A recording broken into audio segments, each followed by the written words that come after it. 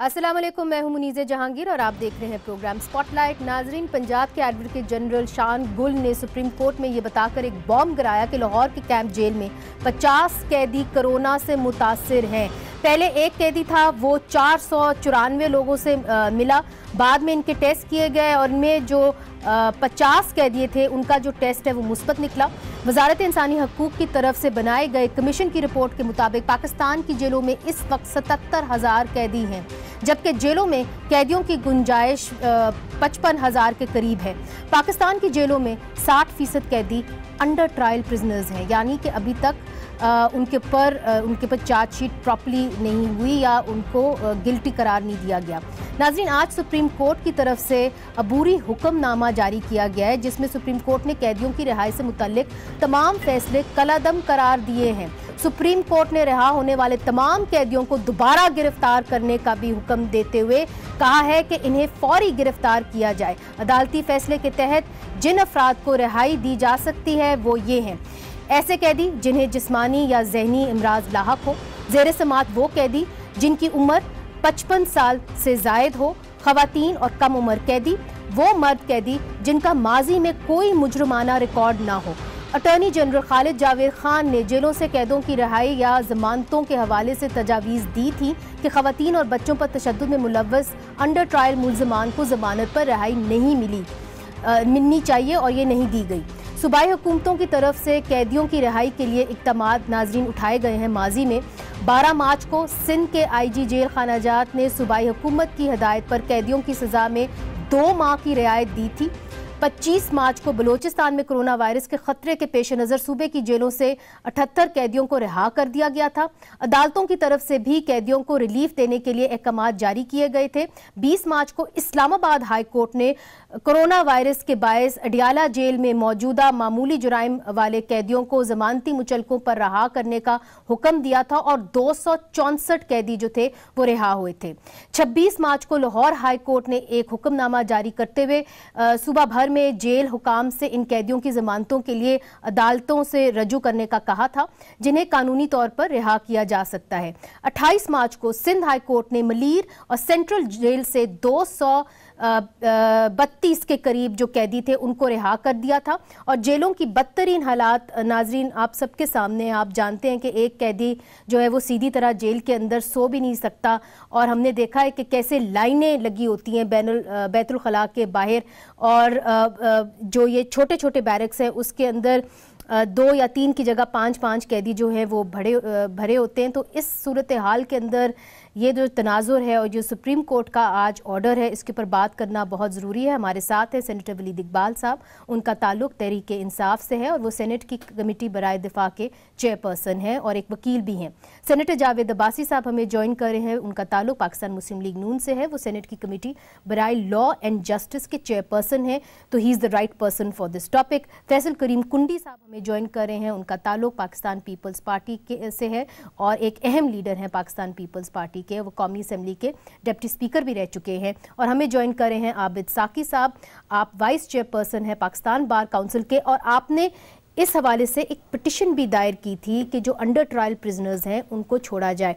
अब साकी साहब आपकी जानिब आऊंगी। सबसे पहले सवाल ये उठता है कि आज चीफ जस्टिस गुलजार साहब ने ये कहा कि जी ये जो पॉलिसी थी आप अदालतों के अंदर ले आए हैं, ये तो पॉलिसी हुकूमत को बनानी चाहिए थी।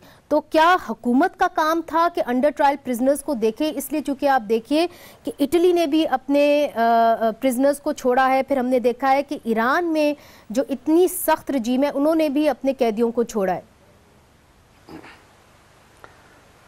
Thank you very much Munizae. असल में बात यह है कि एक पैराडाइम की बात है और एक पर्सपेक्टिव की बात है कि जो अंडर ट्रायल प्रिजनर्स हैं उनके बारे में जो कन्वेंशनल माइंडसेट है वो क्या है, और अब जो मॉडर्न जूरिस्प्रूडेंस डेवलप हो रही है या जो जदीद उसूल कानून है उसके मुताबिक चीज़ों को किस पर्सपेक्टिव में देखा जा रहा है।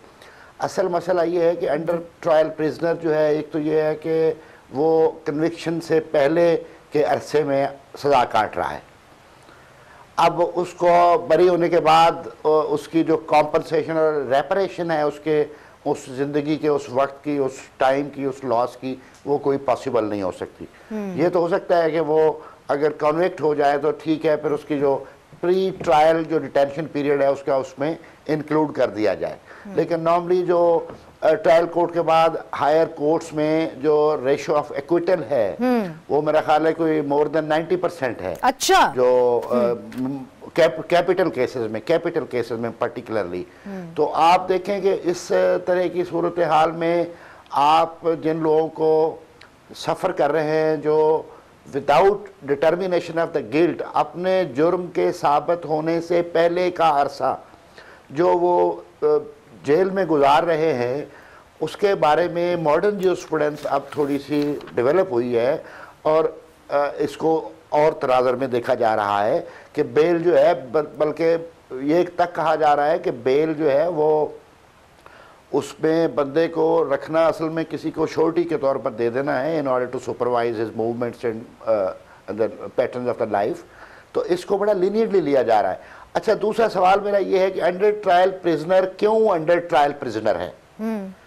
अगर वो उसका केस एडजुडिकेट हो एक्सपीडिशियसली और विदाउट एनी अनरीजनेबल डिले तो वो 2-3 महीने में अपने केस को ट्राई होकर एडजुडिकेट हो जाए। अगर उसने सजा होना है तो सजा याब होकर वो जेल में चला जाए, अगर उसने बरी होना है तो वो घर आ जाए। तो उसका जो minimum period of detention without adjudication of guilt है वो मिनिमाइज हो सकता है। अगर ये नहीं हो रहा जी तो फिर ये जस्टिस सिस्टम की फेलियर है। अच्छा, ये अहम बात नाकामी है। ठीक है, निज़ाम इंसाफ से मुतल्लिक इदारे जो है फिर वो अपनी नाकामी की सजा भी अंडर ट्रायल प्रिजनर को क्यों दे रहे हैं? ठीक है वलीद इकबाल साहब, चूंकि आप भी वकील हैं और आप समझ सकते हैं कि अदालतों के अंदर इस वक्त सिर्फ वो केसेस लगे हैं जिनकी सुनवाई बहुत ज़रूरी है। काफ़ी केसेस इस वक्त अदालतों के अंदर नहीं लगे हुए। अब आप मुझे बताइए कि कोरोना वायरस जो है वो पंजाब के अंदर 50 कैदियों को हो गया है। अगर उनको इस सूरत हाल में रखा जाए, ना उनके पास मेडिकल एड, ना उनके पास कोई और जरिया अपने आप को बेहतर करने के लिए, ओवर क्राउडेड जेल्स में, आप नहीं समझते this is a death sentence? और इसके ऊपर जो वफाकी हुकूमत है, चूंकि आपकी इंसाफ की पार्टी, आपने एक्शन क्यों नहीं लिया? Why leave it to the courts? हाँ जी, नहीं, ये आजकल जो पैंडेमिक जिस तरह से कोरोना वायरस है और वो वाइल्ड फायर या जंगल की आग की तरह जिस तरह ये फैलती है, उसके पेश नज़र तो ये खासी तशवीशनाक बात है। और आपने दीगर मुल्कों की भी मिसाल दी। मैं एक दो बातें अर्ज करना चाहता हूँ। सबसे पहले तो एक ये है कि सुप्रीम कोर्ट ने जुज़वी तौर पे तो इस्लामाबाद हाई कोर्ट के फैसले को बरकरार ही रखा है। मैं इसलिए अर्ज करता हूँ कि वैसे तो सारे के सारे फैसले को उन्होंने कलअदम करार दे दिया, इस वजह से वो जुरिस्डिक्शन का मामला था। सुप्रीम कोर्ट का कहना यह है कि हाई कोर्ट्स के पास कोई अज खुद नोटिस या सुओ मोटो के पावर्स नहीं है इस किस्म के हालात में, और वो लॉ को अपेंड नहीं कर सकते। ठीक है, अपेंड से मतलब यू वाला अपेंड।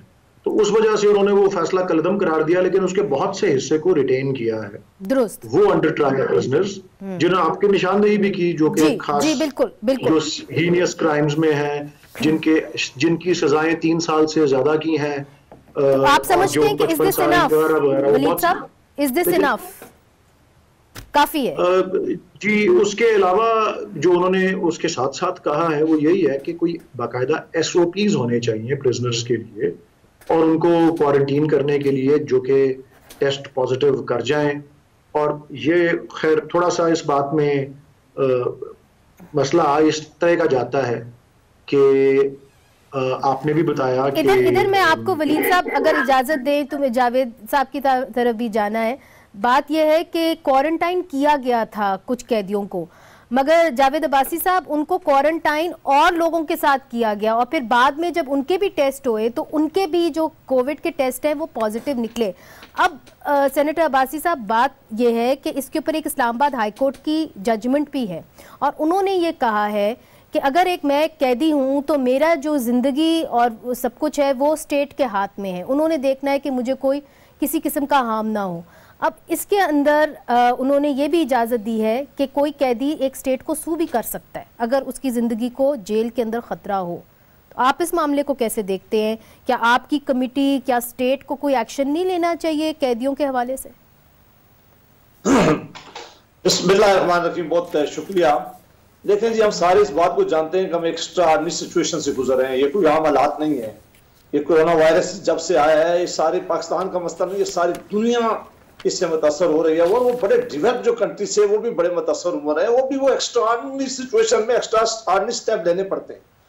हमारा तो जेलों का जो मामला था, ये आज मैं किसी को ब्लेम नहीं दे सकता, हमारी जेलें बड़े जमाने से बहुत ज्यादा ओवर क्राउडेड थी। अगर कोई 50 लोगों की जगह है तो वहां 100 रखा हुआ है, अगर 100 की जगह तो 200 रखा हुआ है। वहां बाथरूम के मसाइल है, वहां उनको एक एरिया में कार्डन करके रखा होता है। अगर अल्लाह न करे अगर वहां इस तरह की वबा पहुंच जाए और जिस तरह खबरें आ रही हैं, तो फिर बहुत बड़ा डिजास्टर होगा।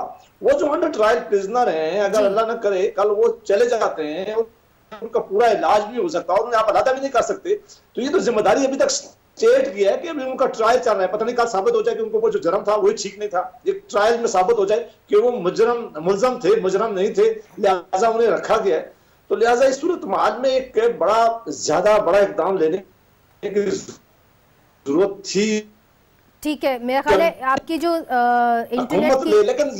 इंटरनेट की जो लाइन है इतनी साफ नहीं है, कोशिश करेंगे आपके पास वापस आए। सेनेटर साहब, फैसल साहब, चूंकि आप डिप्टी स्पीकर भी रह चुके हैं, इसके अंदर पार्लियामेंट क्या कर सकती है? और मैं बड़ी एक बात पे हैरान हूँ कि इतना बड़ा बहरान आया है, शायद इतना बड़ा बहरान कभी भी नहीं आया। क्या वजह है कि पार्लियामेंट के अंदर कानून साजी नहीं हो रही, पार्लियामेंट के अंदर पार्लियामेंट को बुलाया नहीं जा रहा, इन अहम मौज़ूआत के ऊपर बात नहीं हो रही? कुछ बताइए। बिस्मिल्लाहिर्रहमानिर्रहीम। देखें, जब ये इशू शुरू हुआ था तो ग़ालिबन मैं आप ही के चैनल पे एक प्रोग्राम में बैठा हुआ था, आपका नहीं था, किसी और का था, और ये इशू मैंने डिस्कस किया कि अगर आप पार्लियामेंट को ताले लगा दें तो कौन ओवरसाइट कौन करेगा। अब प्रॉब्लम, चलो वो भी हम मान लेते हैं कि जी अगर पार्लियामेंट का सेशन हो वो भी ठीक है, कोरोना की वजह से, क्योंकि सेनेट और कौमी असम्बली के मेंबरान जो हैं वो फासले पे नहीं बैठ सकते। आप मुझे बताएं कि आपके अक्सर कोरम ही पूरा नहीं होता तो काफी फासले नहीं, से एक और चीज़ है, आप मुझे बताएं कि हाँ। कौमी असम्बली और चेयरमैन सेनेट ने और स्पीकर ने कमेटीज़ की मीटिंग भी ख़त्म कर दी है, स्टैंडिंग कमेटीज़ की मीटिंग भी उन्होंने ख़त्म कर दी है। भाई अगर आप, ठीक है, आप कहते कहना हो, आप कम अज़ कम फ़्लाइट्स भी नहीं है, कोई चारों सूबों में मुख्तलिफ इलाकों में लगे बैठे, आप उनको ऑनलाइन मीटिंग की इजाज़त दें। आप देखें हर जगह पे आपके जो है स्काइप पे मीटिंग्स हो रही हैं, बाकी चीज़ें हो रही हैं, आपने कारोबार सारा ठप कर दिया। एक कमेटी बने, उसकी एक मीटिंग हुई है, वो पार्लिमानी कमेटी जो स्पीकर साहब बनी, लेकिन ये जो ह्यूमन राइट्स कमेटी है सपोज़, या पार्लिमानी कमेटी अब्बासी साहब जिसको हेड कर रहे हैं या बाकी हैं, तो वो इन कमेटीज़ की मीटिंग तो कम से कम ऑनलाइन तो इजाज़त दे दें स्पीकर साहब और चेयरमैन सेनेटर साहब, ताकि कुछ तो चीज़ तो हो। अब मतलब है कि आपने, ठीक है हम एक जंग की सूरत हाल में, लेकिन कोई चीज़ें तो पता तो चलो। आपकी पार्लियामेंट बिल्कुल आपने ताला लगा दी, ठीक है, आपने छुट्टियां दी हुई थी 5 तारीख, लेकिन ऑनलाइन मीटिंग हो सकती हैं और अभी तक नहीं हुई। दुनिया कहाँ पहुंच गई है और अभी तक, मतलब अब ये देखें ना, हमारे आपने बात की हम पार्टी मीटिंग्स कर रहे हैं, हम पार्टी मीटिंग्स, हमारी सीसी की मीटिंग्स, बाकी मीटिंग्स 20-20 लोग, अब उस दिन एपीसी हुई है, नहीं मियां साहब भी कर रहे हैं, सब कर रहे हैं, तो पार्लियामेंट ने कहा है कि नहीं कर रहे हैं। सेनेटर अब्बासी साहब, आपकी कोई मीटिंग हुई है, जो कि आपके बड़ा अहम एक ओहदा है जिसके पर आप बैठे हुए, आपकी कोई मीटिंग हुई है सेनेट के अंदर लॉ एंड जस्टिस कमेटी की? देखिए अभी हो नहीं सकी, इसलिए कि अभी कुछ चीजें शुरू में पता ही नहीं चल सका। फौरी तौर पर सबने कहा कि इक़दाम ले, वो इक़दाम बड़े जरूरी थे। वो ऐसी सूरत हाल से हम सारे गुजर रहे थे कि हम सबका ख्याल था कि हमारा जो सेक्रेटरी आते हैं, समझ में आता है, उन सब के लिए छुट्टी जरूरी है। और अगर हम सारे खुद जाके दफातर में बैठ जाए तो फिर हमारे लिए लाजम नहीं है कि हम लोगों को किस तरह कहें कि वो अपने अपने घरों में रहें। लेकिन ये जो पूरी साहब ने बात की है, क्योंकि उस वक्त ये अंदाजा नहीं था कि ये हफ्ता रहना है या 10 दिन ऐसा रहना है, लेकिन अगर ये टाइम बढ़ाना है या टाइम आगे जाना है तो फिर मेरा ख्याल जरूरी है कि एक जरूरी तौर पे मैकेनिज्म करना चाहिए। और अगर हमें पार्लियामेंट के अंदर भी जाना चाहिए, स्काइप है, तो हमारी अब मीटिंग जो है वो जारी रखनी चाहिए। हमने तो शुरू में ये डिमांड भी की थी कि सेनेट दोनों हाउसेस का इजलास बुलाया जाए, प्राइम मिनिस्टर खुद आए, कौम को सारा बताएं, हमारी चेयर जरा हटा के लगा दें, लेकिन प्राइम मिनिस्टर पाकिस्तान आके सबसे बड़े फोरम पे बात करें, हम भी सारे बात करें, ताकि एक कलेक्टिव रिस्पांसिबिलिटी हमारी सबकी हो, सारे इस मामले को, कोरोना की जंग को आगे ले चले। अच्छा, आपका जो आपकी इंटरनेट लाइन है मेरा ख्याल है वो साफ नहीं है, मैं फिर से कोशिश करेंगे कि हम आपको डायल करें। मगर सेनेटर वलीद इकबाल साहब, आपने तमाम हमारे जो गेस्ट हैं उनकी बात सुनी। जो 2 मेजर पॉलिटिकल पार्टीज बैठी हुई हैं, PMLN पाकिस्तान पीपल्स पार्टी, वो ये कह रहे हैं कि जी आप इजलास बुलाएं, जैसे कैसे भी बुलाएं, आप कमिटीज़ की तो कम से कम मीटिंग करें कि इतना बड़ा बहरान पाकिस्तान के ऊपर आ गया है, ताकि हमारी कलेक्टिव विजडम तो सामने आए। जी, मैं उस पर आता हूं। मैं आपको अर्ज कर रहा था कि ये मामला ज्यादा तशवीशनाक इसलिए है क्योंकि जिस तरह आपने कहा कि प्रिजन्स की कैपेसिटी जो है पूरे मुल्क में वो 54,000 है और प्रिजनर्स जो हैं उनकी तादाद, जो कैदी हैं उनकी तादाद 74,000 है। तो इतनी ज्यादा उसमें ओवर जो है ज्यादा तादाद लोगों की जो है कैदियों की जो पाई जाती है, उसके बिना पर ये बहुत तशवीशनाक है कि अगर ये बीमारी वहां फैले। मैं आपकी ये पार्लियामेंट वाली बात जो आपने की, मैं इस सब्जेक्ट पे काफी काम करता रहा हूँ। एक बात मैं करेक्ट करना चाह रहा था, साकी साहब ने जो की, ये आज से 1 साल पहले लॉ मिनिस्टर साहब को ही एक यूके का इदारा है रिप्रीव, उसने रिपोर्ट दी थी कि 78% जो कैपिटल पनिशमेंट के केसेस हैं वो सुप्रीम कोर्ट में ओवरटर्न हो जाते हैं। 90% नहीं, लेकिन 78%। चले, that's quite a high number. मगर सर आपसे जो सवाल किया जा रहा है ना, क्योंकि वक्त की किल्लत भी होती है, लोग आपको सुनना भी चाहते हैं। लोग ये सवाल कर रहे हैं कि जी हमने अपने रिप्रेजेंटेटिव्स भेजे हैं नेशनल असेंबली में, सेनेट में, हम चाहते हैं कि लोग इकट्ठे मिलके सर जोड़ के कोई ना कोई नतीजा निकालें। आज अगर आप पढ़ें अखबार तो उसके अंदर चीफ जस्टिस गुलजार साहब ने भी ये कहा है कि भाई कहाँ हैं आपके पार्लियामेंटेरियंस, ये तो एग्जीक्यूटिव का फैसला होना चाहिए था, कलेक्टिव विजडम होनी चाहिए थी। तो अब आप क्या समझते हैं कि क्या वजह है कि नेशनल असेंबली सेनेट के कोई इजलास नहीं हो रहे? जी, मैं आपको इस मौजू पे जरा अर्ज कर दूं, और अगर उससे ऑडियंस या आपके नाजरीन भी एजुकेट हो सकते हैं। है और प्रिजन रूल्स हैं, ये पार्लियामेंट की डोमेन में आता ही नहीं है।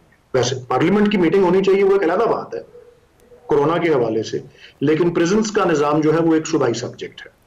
और मैंने आपको कहा ना, मैंने इस पे खासा काम किया हुआ है। मैं तो एक खुद बिल लेके आना चाह रहा था जिसमें कोड ऑफ क्रिमिनल प्रोसीजर में तरामीम थी, जो बीमार कैदी हैं, जो जहनी मरीज हैं, उनकी ट्रीटमेंट के हवाले से, लेकिन वो भी कैदियों की हद तक सूबों को रिकमेंडेशन ही दे सकते थे हम। सिर्फ कन्विक्शन के हवाले से अगर कोई मेंटली डिसेबल्ड हो तो उस कोड ऑफ, क्योंकि क्रिमिनल प्रोसीजर एक कंकरेंट सब्जेक्ट है, इसके ऊपर एक अलग प्रोग्राम होगा वलीद साहब, मगर चूंकि वक्त की किल्लत होती है, मैं चाहती हूँ इसके ऊपर बात करें। आबिद साकी साहब, जिस तरह के चीफ जस्टिस साहब ने भी कहा है कि जी आप हर काम अदालतों के ऊपर ही क्यों छोड़ देते हैं, एग्जीक्यूटिव क्यों नहीं अपना काम करता। तो जिस तरह वलीद साहब कह रहे हैं ठीक है होगा प्रोविंशियल सब्जेक्ट, मगर प्रोविंसेस भी तो बड़ा कम एक दूसरे से मुलाकात कर रहे हैं, मगर सेंटर में तो बिल्कुल ही कुछ नहीं हो रहा।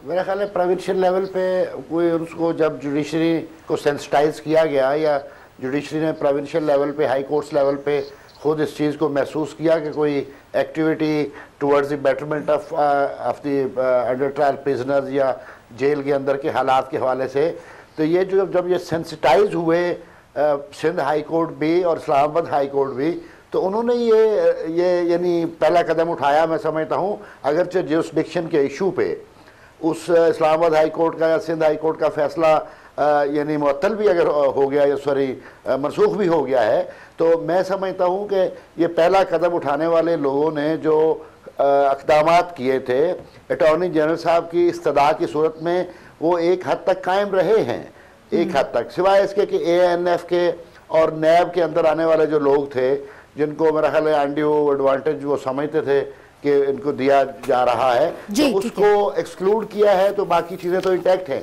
तो लेकिन मेरा ख्याल ये है कि ये नैब के और ANF के जो लोग थे ये भी वही आइनी हुकूक रखते हैं, इनके साथ डिस्क्रिमिनेटरी ट्रीटमेंट की ज़रूरत नहीं थी। और जो इस्लामाबाद हाई कोर्ट का फैसला था वो मेरा ख्याल है बड़ा मुनासिब फैसला था। लेकिन चलो ज्यूरिसडिक्शन के इशू पे सुप्रीम कोर्ट का पहले से ही वो व्यू है, वो हम भी समझते हैं, लेकिन शायद प्रॉपर असिस्ट नहीं किया गया, मैं समझता हूँ कोर्ट को इस बारे में कि ये पिटीशन जो हैं, ये कुछ चिट्ठी और कुछ ख़त आए थे जेल से कैदियों के और हवालातियों के, जो चीफ साहब इस्लामाबाद हाई कोर्ट तक पहुंचे थे, तो उसके नतीजे में उन्होंने वो इनिशिएटिव लिया। खैर बात इसको छोड़ दे, मैं कहता हूँ किसी हद तक सुप्रीम कोर्ट तक जाकर फिर जाके गवर्नमेंट को ये यानी कंसेशनल स्टेटमेंट देनी पड़ी। अटॉर्नी जनरल साहब ने फेडरल गवर्नमेंट के बिहाफ पे ये बात कही है कि हम इस कैटेगरीज को छोड़ने के लिए तैयार हैं, तो ऑब्वियसली अब वो एक रास्ता तो खुल गया है।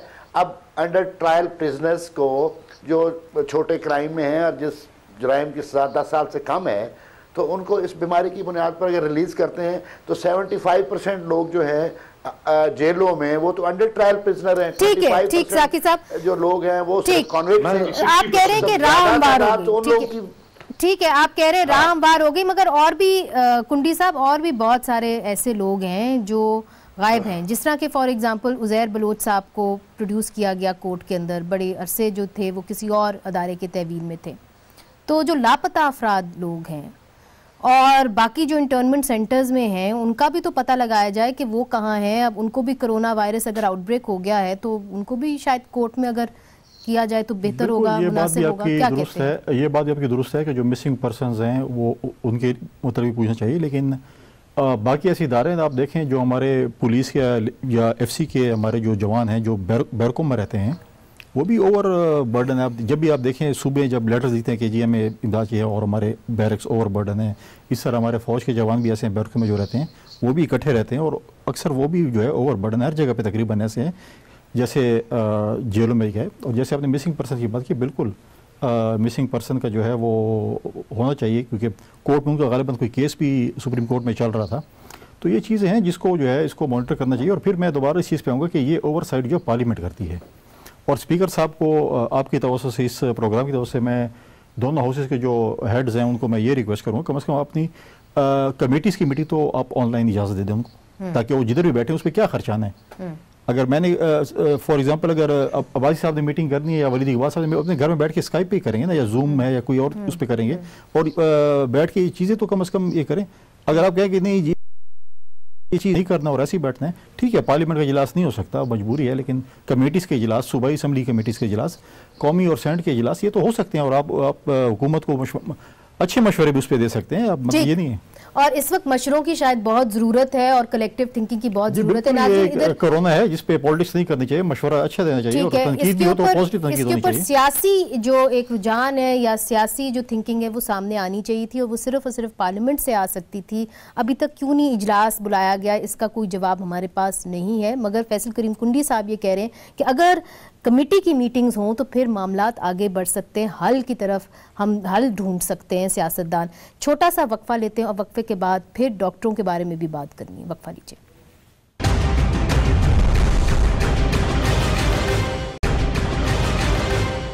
वेलकम बैक नाजरीन। सिंध में कोरोना वायरस की वजह से पहले डॉक्टर की मौत हो चुकी है। डॉक्टर अब्दुल कादिर सुमरो जिनकी उम्र 64 साल थी, उन्हें कोरोना वायरस की अलामत जाहिर होने पर इंडस अस्पताल में लाया गया जहां पर उन्होंने अपनी आखिरी सांस ली। इनके साथियों और दोस्तों को नहीं मालूम कि उन्हें कोरोना वायरस कहां से लगा, क्योंकि इसकी अलामत जाहिर होने से पहले वो पूरी तरह मरीजों का इलाज कर रहे थे। नाज़रीन, इससे पहले गिलगित बल्तिस्तान में एक डॉक्टर और एक पैरामेडिक स्टाफ की मौत हो चुकी है और पाकिस्तान के तमाम इलाकों में डॉक्टर ये कह रहे हैं कि हमें हिफाजती किट्स दें, हमें PPE दें। और 2 दिन पहले पंजाब के जनूबी ज़िला डेरा गाजी खान में 10 डॉक्टरों और 4 पैरामेडिक स्टाफ में भी कोरोना वायरस की तशखीस की गई। और यंग डॉक्टर्स एसोसिएशन के मुताबिक बलूचिस्तान में अब तक 18 डॉक्टर्स में कोरोना वायरस की तशखीस हो चुकी है, जबकि 30 डॉक्टर्स जो हैं वो इस वक्त क्वारंटीना में हैं। जावेद अब्बासी साहब, आपकी जानिब आती हूँ, डॉक्टर्स को अभी तक किट्स नहीं मिल रही, इस हवाले से आप क्या समझते हैं कि एक ये भी ऐलान किया गया है कि हम, जिस तरह फेडरल गवर्नमेंट ने कहा है कि जी हम डायरेक्टली डॉक्टर्स को या अस्पतालों को किट्स देंगे, हम सूबों को नहीं देंगे, इसके बारे में आप क्या कहते हैं? देखें जी, ये डॉक्टर जो है ये फ्रंट लाइन में इस वक्त सबसे ज्यादा इम्पोर्टेंट है। वो अपनी जानें जो है उन्होंने वो खतरे में डालकर मरीजों का इलाज कर रहे हैं और वही लड़ाई सबसे ज्यादा लड़ी हो रहे हैं। ना हुकूमत में कोई लड़ रहा है ना कोई और एजेंसी लड़ रही है। वो सबसे ज्यादा इस वक्त जो जरूरत थी कि वो डॉक्टर साहिबान जो हैं उनके पास ये किटें सबसे पहले पहुंचनी चाहिए थी। जो बदकिस्मती से हम अगर बात करते हैं तो वो कहते हैं कि आप सियासी बात करते हैं। यहाँ कोई 14-15 जनवरी को हमें पता चल गया था कि इस तरह का माहौल जो है चाइना में शुरू हो गया और हमें तैयारी करनी चाहिए थी। मेरा ख्याल है हमें 1 महीने का टाइम मिला, लेकिन बदकिस्मती से उस वक्त हम ये तैयारी ही नहीं कर सके। वो तैयारी थी कि कम से कम हमारे पास इतनी किट्स मौजूद होती कि टेस्ट किया जाता है, डॉक्टर्स के लिए तमाम उनके लिए वो सहूलतें मौजूद होती, तो उनके ऐसे उनके लिए जो उनकी यूनिफॉर्म के साथ उनके मास्क होते, उनके खास स्पेशल, जिस तरह चाइना में उन्होंने अपने डॉक्टर साहब को दिया था। क्या सूबों को देनी चाहिए ये किट्स या कि अब डायरेक्टली अस्पतालों को दे देनी चाहिए? देखिए, मैं कहता हूं कि बिल्कुल ये तो अस्पतालों को फौरी तौर पर देनी चाहिए। मैं यही कह रहा हूं कि यही तैयारी थी, यही करना था। ये रोज की बुनियाद पर वजीर आजम साहब मीटिंग करते, चीफ मिनिस्टर साहिबान के साथ सूबा में होता, डॉक्टर्स के पास होते, जहां जहां हॉस्पिटल में जो जिनमें जहां जहां मरीज ज्यादा जा रहे हैं वहां ज्यादा सोते देते और सूबा को साथ लेके चले। मेरा नहीं ख्याल कि इस वक्त 3 सूबा में तो इनकी अपनी हुकूमत है, इन्हें कोई रुकावट आनी चाहिए। अब अगर बलूचिस्तान के सूबे ने यह मामला उठाया तो वहां तो इनकी अपनी हुकूमत है। इसका मतलब है कि फेडरल गवर्नमेंट उनको साथ रखती नहीं है, फेडरल गवर्नमेंट उनसे बात नहीं करती। और ये बड़ी बदकिस्मती की बात है कि अगर कल ना करे, अल्लाह ना करे, अल्लाह ना करे, पाकिस्तान में डॉक्टर सारे कहें जब हम तो इस काबिल ही नहीं है कि हम इलाज कर सके, तो फिर कहाँ जाएंगे? ये सारी और ये हुआ है कुंडी साहब जी, बलोचिस्तान के अंदर आज भी डॉक्टर सरापा एहतजाज हैं और वो गवर्नमेंट हॉस्पिटल्स के अंदर पेश नहीं हो रहे। एक जुमला कहने दें जी कि आप किस तरह अपनी अफवाज को बॉर्डर पे भेज दें कि उनके पास असला ही ना हो। आप कहें कि आपके पास असला नहीं हो, आपके पास यूनिफॉर्म ना हो और आप जाएं लड़ाई करें। ये वो लड़ाई है जो इस वक्त फ्रंट लाइन पे डॉक्टर साहबान लड़ रहे हैं। उनका ये, अगर उनके पास ये चीजें मौजूद नहीं है तो इसका किस तरह मुकाबला करेंगे? और हुकूमत सिर्फ सुबह और शाम ये हमें बताती है कि लॉकडाउन होता क्या है, लॉकडाउन करेंगे किस तरह, हम क्या करने वाले हैं। इसका जवाब देते हैं जावेद अब्बासी साहब। वलीद इकबाल साहब, इसका जवाब मैं आपसे लेती हूँ। इससे पहले कि मैं कुंडी साहब के जानिब जाऊं, कि ये जो इस तरह कह रहे हैं ये इसी तरह ही है कि फ्रंट लाइन के ऊपर आप फौजी भेज दें और आप उनके साथ असला ना दें, और बलोचिस्तान में तो आपकी हुकूमत है, तो आप क्यों नहीं सूबे को दे रहे? क्या आपकी अच्छी कोऑर्डिनेशन नहीं है वहां पे? नहीं, बलोचिस्तान में तो हमारे एलाइज हैं। ये आबिद साकी साहब अब जा चुके हैं उस प्रोग्राम जी, आबिद साकी साहब इधर ही हैं, हमारे साथ ही है। अच्छा, नहीं ये क्या ठीक रहे थे ये, क्योंकि उन्होंने जो शुरू में बात की, मैं बिल्कुल उसको कंक्लूडिंगली कहना चाह रहा था कि हमारे जूरिस्प्रूडेंस में ये बात डेवलप नहीं हुई प्री ट्रायल डिटेंशन के हवाले से।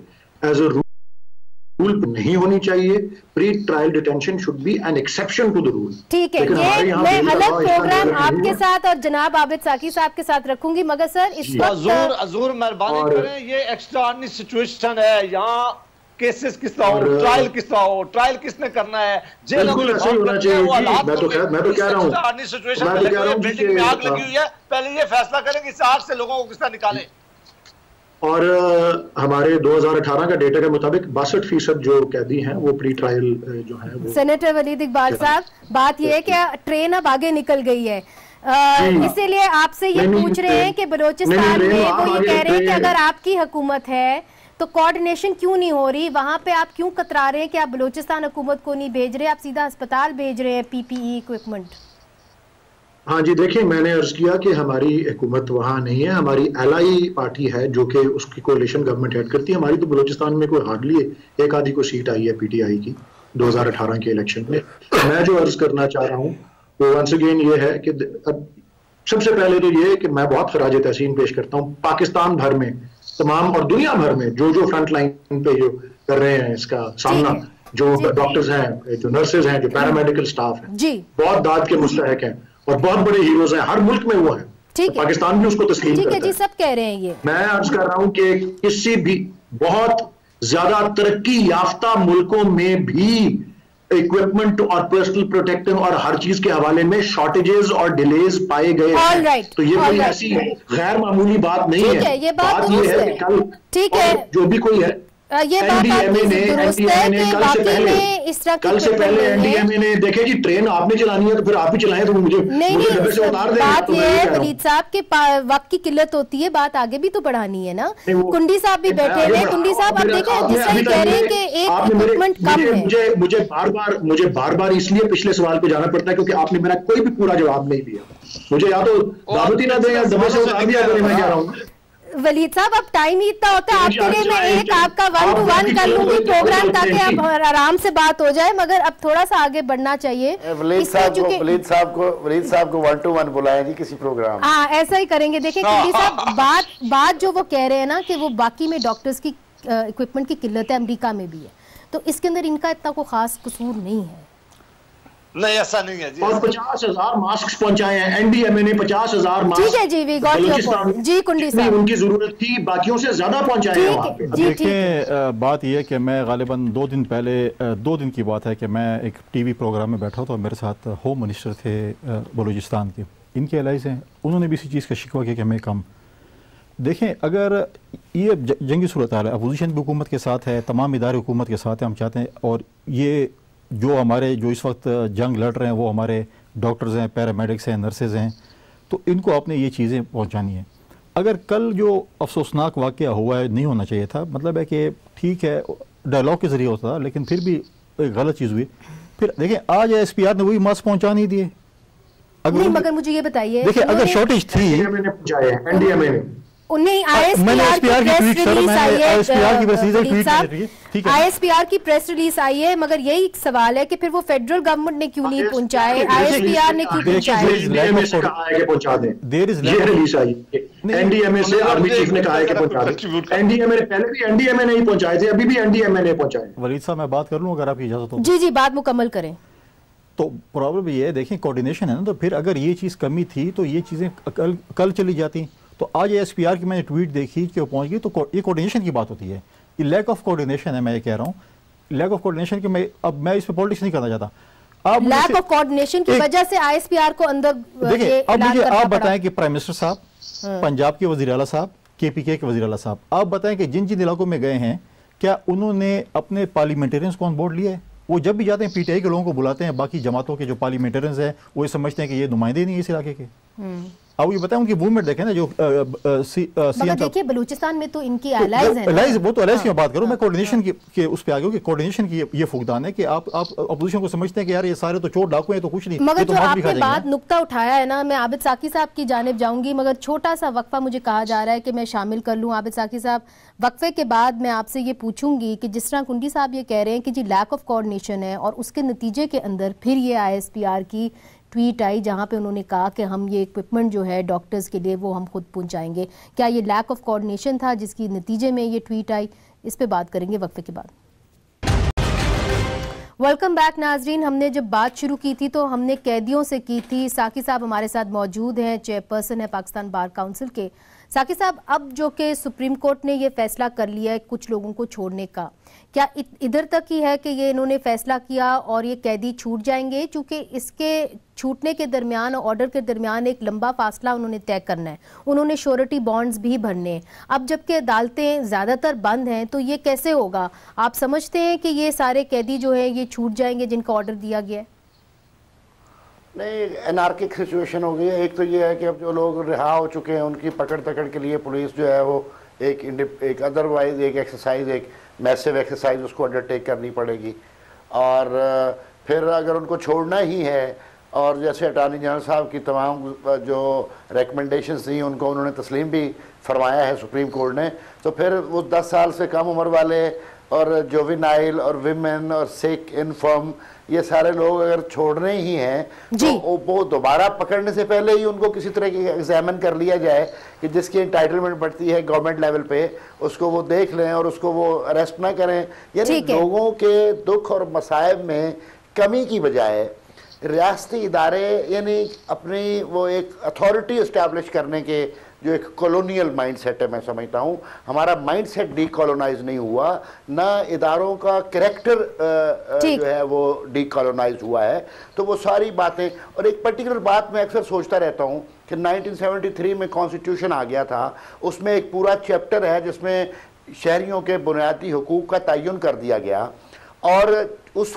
आइन से पहले 200 साल के बनाए हुए कवानीन जो हैं क्या वो उस आइन की रूह से मिनो अन लागू किए जाएंगे? देखिए ये एक लंबी बहस है, मगर साकी साहब अभी बहुत जरूरी है, बहुत जरूरी है जानना। ये बुनियादी बहस है, मैं अर्ज करता हूं कि ये लंबी बहस है लेकिन ये बुनियादी बहस है, ये कभी और करेंगे। अभी सवाल ये है कि ये जो लोग हैं इनको कैसे निकालना है, सवाल ये है। सेनेटर अब्बासी साहब हमारे साथ मौजूद हैं। सवाल ये है कि देखिए हम तो गए थे, हम तो सुप्रीम कोर्ट भी गए थे, हमने तो दीगर अदालतों में भी उनको सेंसिटाइज किया था, सिंध हाई कोर्ट ने भी, इस्लामाबाद हाई कोर्ट ने भी, और कुछ हरकत जो यहाँ भी इस मामले में high court, Lahore high court के चीफ जज साहब ने भी शुरू कर दी थी कि किसी न किसी तरीके से लोगों के जो कह रहे हैं और जो करना शुरू हुआ था।